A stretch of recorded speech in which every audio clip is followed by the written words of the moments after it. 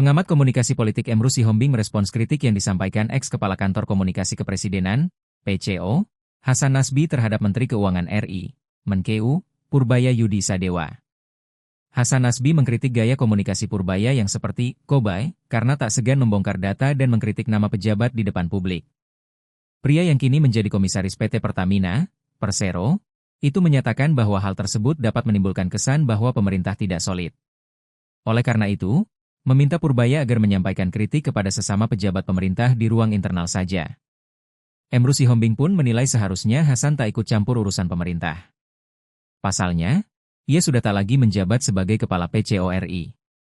Emru Sihombing mengingatkan supaya Hasan Nasbi fokus dengan kinerjanya di Pertamina. Menurutnya, download Tribun X sekarang, menghadirkan lokal menjadi Indonesia.